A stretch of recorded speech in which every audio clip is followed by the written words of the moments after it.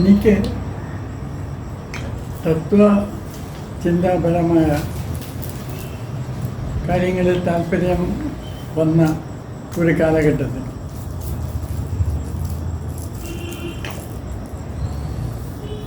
ഒരു കോളേജിൽ ഫിലോസഫി പഠിപ്പിച്ചുകൊണ്ടിരിക്കുന്ന ഒരു സാറിനെ കാണാനിടയിൽ.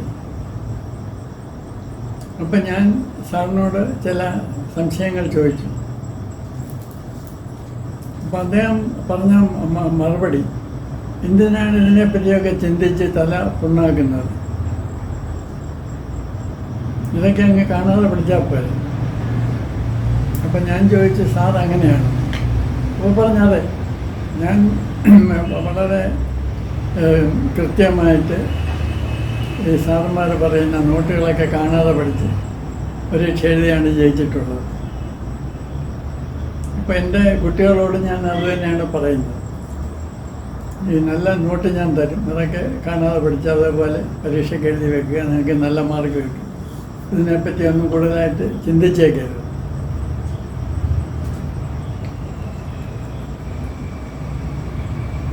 പിന്നെ പിൽക്കാലത്ത് ഞാൻ മനസ്സിലാക്കിയത്, പല അധ്യാപകരും ഇങ്ങനെയാണ്. ഞാൻ മാത്തമാറ്റിക്സ് BSc സബ്സിഡറി പഠിച്ചിട്ടുണ്ട്, സബ്സിഡറി മാത്തമാറ്റിക്സ്. അപ്പോൾ കാൽക്കുലസ് പഠിക്കാൻ തുടങ്ങിയപ്പോൾ എനിക്ക് ചില സംശയങ്ങളുണ്ടായി. എന്താണ് dy/dx, ഇത് വാസ്തവത്തിൽ എന്താണ് ഉദ്ദേശിക്കുന്നത്? അപ്പം ഞാനിത് പഠിപ്പിക്കുന്ന അധ്യാപകനോട് ചോദിച്ചപ്പോൾ അദ്ദേഹം പറഞ്ഞു, ഇതെനിക്ക് മനസ്സിലായിട്ടില്ല, പക്ഷെ അതൊന്നും പ്രശ്നമല്ല, നിങ്ങൾ ഇതിൻ്റെ ഡെറിവേഷനൊക്കെ അങ്ങ് കാണാൻ പഠിച്ചാൽ മതി. അപ്പോൾ ഒരുപാട് പേർക്ക് ഈ സംഗതി മനസ്സിലാക്കണമെന്ന് താല്പര്യമില്ല എന്ന് മാത്രമല്ല, എന്തോ ഒരു ബ്ലോക്ക് അവർക്കുള്ളതുപോലെ എനിക്ക് തോന്നുന്നു.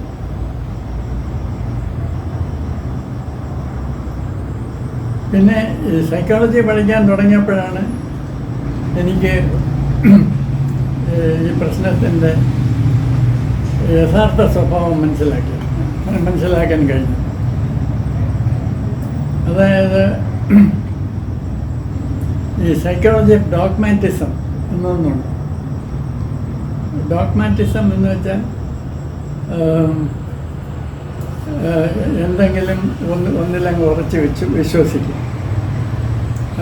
അത് ശരിയാണോ, അതിൻ്റെ കാര്യകാരണ സ്വഭാവം എന്താണെന്നൊന്നും ചിന്തിക്കും. അതിപ്പോൾ ഒരു രാഷ്ട്രീയ ഐഡിയോളജി ആയാലും ശരി, മതപരമായ ഐഡിയോളജി ആയാലും ശരി, എന്തെങ്കിലും ഒന്നിലങ്ങ് ബലമായിട്ട് പിടിക്കുക. ആത്യന്തികമായിട്ട് അത് ശരിയാണോ തെറ്റാണോ എന്നൊന്നും ചിന്തിക്കില്ല. അതിൻ്റെ അപ്പുറത്തേക്ക് ചിന്തിക്കാൻ അവരുടെ മനസ്സിന് കഴിയില്ല.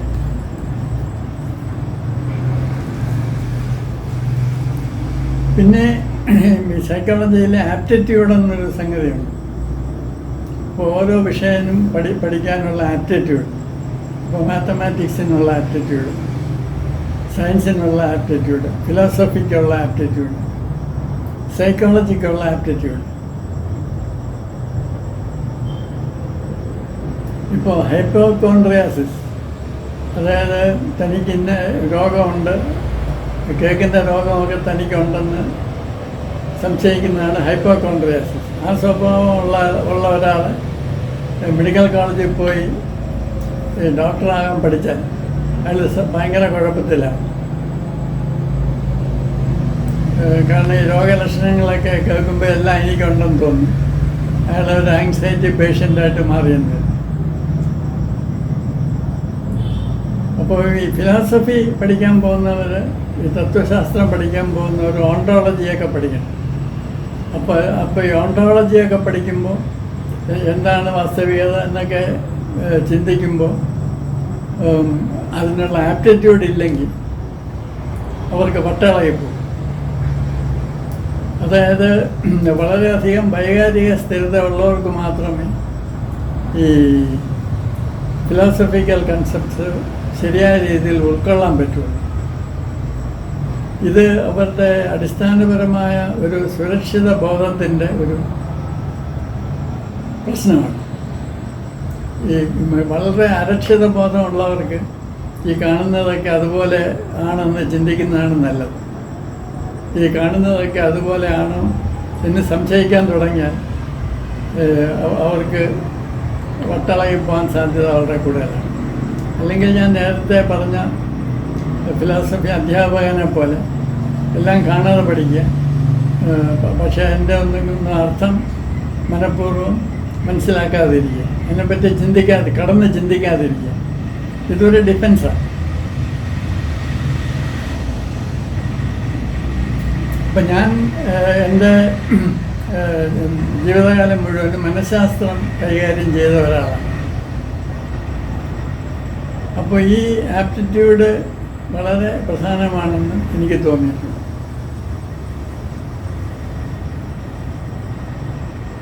ഈ സൈക്കോളജി ആളുകൾ പഠിക്കാൻ വരുന്നത് പല കാരണം കൊണ്ടാണ്. നമ്മുടെ നാട്ടിൽ പ്രധാന ഒരു കാരണം വേറൊന്നിനും അഡ്മിഷൻ കിട്ടാത്തതുകൊണ്ട്, സൈക്കോളജിക്ക് അഡ്മിഷൻ കിട്ടിയതുകൊണ്ട് വരുന്നവരുണ്ട്. പിന്നെ വൈകാരികമായിട്ട് അല്ലെങ്കിൽ പെരുമാറ്റ സംബന്ധമായ എന്തെങ്കിലും ഗുരുതരമായ പ്രശ്നങ്ങളുള്ളവർ സൈക്കോളജി പഠിക്കാൻ വരും. അപ്പോൾ സൈക്കോളജി പഠിച്ചാൽ സ്വന്തം പ്രശ്നങ്ങൾക്ക് പരിഹാരം കണ്ടുപിടിക്കാം എന്ന് വിചാരിച്ച് വരുന്നവർ. ചിലർക്ക് അവർക്ക് പ്രശ്നം ഉണ്ടായിരിക്കുകയില്ല, അവരുടെ വീട്ടിൽ ആർക്കെങ്കിലും പ്രശ്നം ഉണ്ടായിരിക്കും, അച്ഛനോ അമ്മയ്ക്കോ സഹോദരങ്ങൾക്കോ. അപ്പോൾ ഇതിനെപ്പറ്റി കൂടുതൽ മനസ്സിലാക്കിയാൽ അവരുടെ പ്രശ്നങ്ങൾക്ക് പരിഹാരം കണ്ടെത്താം എന്ന് വിചാരിച്ച് സൈക്കോളജി പഠിക്കാൻ വരുന്നവരുണ്ട്. ഈ സൈക്കോളജിയിൽ തന്നെ ഒരുപാട് ഉപവിഷയങ്ങളുണ്ട്. അപ്പോൾ ചിലത് ഫിലോസഫിയുമായിട്ട് റിലേറ്റഡാണ്, ചിലത് വൈകാരിക പ്രശ്നങ്ങളുമായിട്ട് റിലേറ്റഡാണ്. അപ്പം എനിക്ക് വലിയൊരു ഗുരുതരമായ ആണെന്ന് തോന്നിയിട്ടുള്ളത് ഈ ചികിത്സാ രംഗത്തേക്ക് അല്ലെങ്കിൽ കൗൺസിലിംഗ് രംഗത്തേക്ക് പോകുന്നവർക്ക് പലർക്കും അതിനുള്ള ആപ്റ്റിറ്റ്യൂഡ്. എൻ്റെ പൂർവ്വ വിദ്യാർത്ഥികൾ നല്ല ഉറച്ച വ്യക്തിത്വമുള്ളവർ ഈ കൗൺസിലിംഗ് രംഗത്തേക്ക് പോയിട്ടുള്ളവർക്ക് വലിയ കുഴപ്പമൊന്നും പറ്റിയിട്ടില്ല എന്ന് തന്നെയല്ല, ചിലർക്ക് വ്യക്തിത്വ വളർച്ച തന്നെ ഉണ്ടായിട്ടുണ്ട്. പക്ഷേ ഈ ഗുരുതരമായിട്ടുള്ള പ്രശ്നവുമായിട്ട് വരുന്നവർ ഈ രംഗത്തേക്ക് പോയി കഴിഞ്ഞാൽ അവർ കൂടുതൽ കുഴപ്പത്തിലേക്ക് പോകാനാണ് സാധ്യത. അപ്പോൾ ഒരു ക്രിമിനൽ ടെൻഡൻസി, അക്രമവാസനയുള്ള ഒരാൾ ഈ കൗൺസിലിംഗ് രംഗത്തേക്ക് വന്നു കഴിഞ്ഞാൽ അയാളുടെ അക്രമവാസന വർദ്ധിക്കാനും സാധ്യതയുണ്ട്. അതുകൊണ്ട് ഏത് വിഷയം തിരഞ്ഞെടുക്കുമ്പോഴും അതിനുള്ള ആപ്റ്റിറ്റ്യൂഡ് ഉണ്ടോ എന്ന് നോക്കേണ്ട കാര്യമാണ്.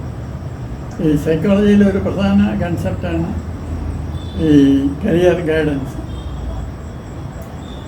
അതിന് ബുദ്ധി സാമർഥ്യം മാത്രമല്ല, മറ്റ് പല ഘടകങ്ങളും കൂടെ കൺസിഡർ ചെയ്യേണ്ടതുണ്ട്.